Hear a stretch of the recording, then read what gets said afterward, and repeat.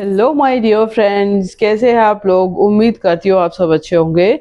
Chapter number part 9, the last human stranger, featuring the next temptation, a card player, the snows of Stalingrad, an ageless brother, an accident, the bitter taste of questions, a toolkit, a bleeder, a beer, a broken plane, and a homecoming. From the book Thief, written by Marcus Zusak. कैसे हैं आप लोग दोस्तों। और मुझे आप comments में ज़रूर से बताइए नेक्स्ट बुक कौन सी लेनी चाहिए मेरे को। अब chapter number 65, the next temptation.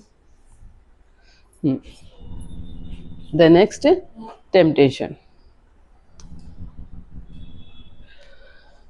This time they were biscuits, but they were stale. They were kept full left over from Christmas, and they did been sitting on the decks for at least 2 weeks, like miniature horseshoes with a layer of icing sugar. The ones on the bottom were bottled bolted to the plate. The rest were piled on top, forming a chewy mound. She could already smell them when her fingers tightened on the window ledge. The room tasted like sugar and dough and thousands of pages. There was no note, but it didn't take Leisure long to realize that Ilsa Herman had been at it again, and she certainly wasn't taking the chance that the biscuits might not be for her. She made her way back to the window and passed a whisper through the gap. The whisper's name was Rudy. They had gone on foot that day because the road was too slippery for bikes. The boy was beneath the window, standing watch. When she called out, his face appeared, and she presented him with the plate. He didn't need much convincing to take it. His eyes feasted on the biscuits and asked a questions. Anything else? Any milk? What? Milk, he repeated, a little louder this time. If he did recognize the offended tone in Leisure's voice, he certainly wasn't showing it.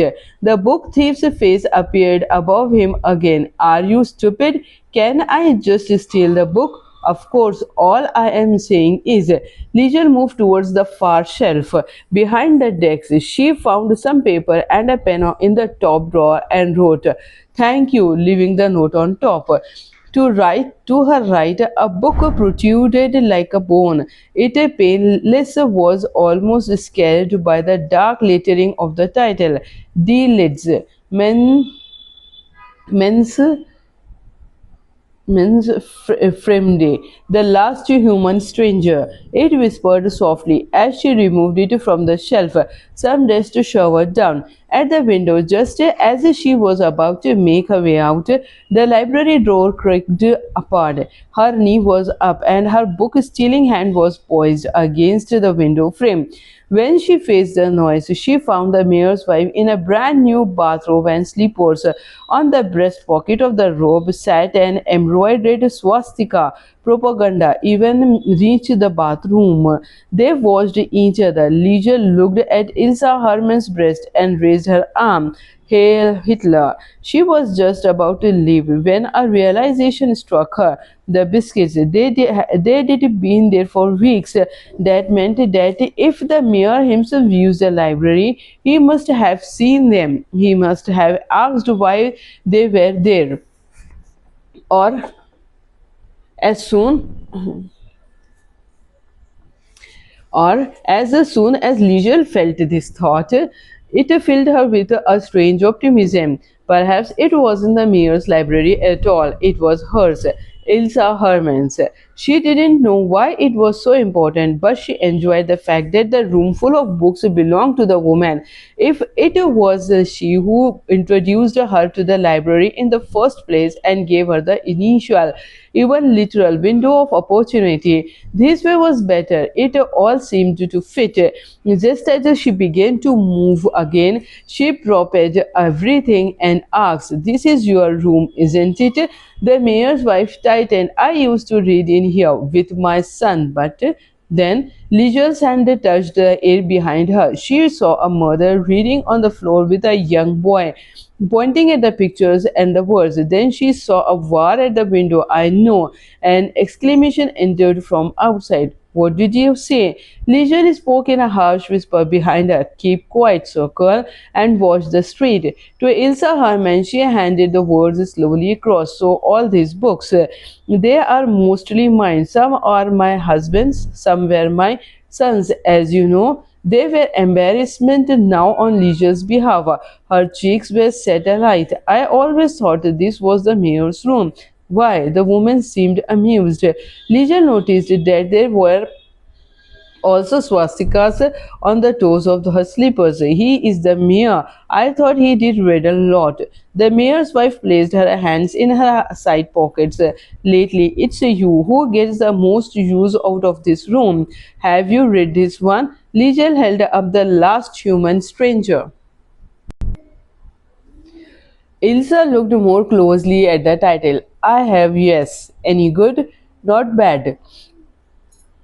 There was an itch to leave then, but also a peculiar obligation to stay. She moved to speak, but the available words were too many and too fast. There were several attempts to snatch at them, but it was the mayor's wife who took the initiative. She saw Rudy's face in the window, or more to the point, his candle here. I think you did better go. She said, he is waiting for you. On the way home, they ate. Are you sure there wasn't anything else? Rudy asked. There must have been. We were lucky to get the biscuits. Liesel examined the gift in Rudy's arm. Now, tell the truth. Did you eat before? Did you eat any before I came back out? Rudy was indignant. Hey, you are the thief, you are not me. Don't kid me, Sokol. I can see some sugar at the side of your mouth. Paranoid. Rudy took the plate in just the one hand and wiped it with the other. I didn't eat any, I promise. Half the biscuits were gone before they hit the bridge, and they shared the rest with Tommy Muller and on Himmel Street. When they did finish eating, there was only one afterthought, and Rudy spoke it. What the hell do we do with the plate?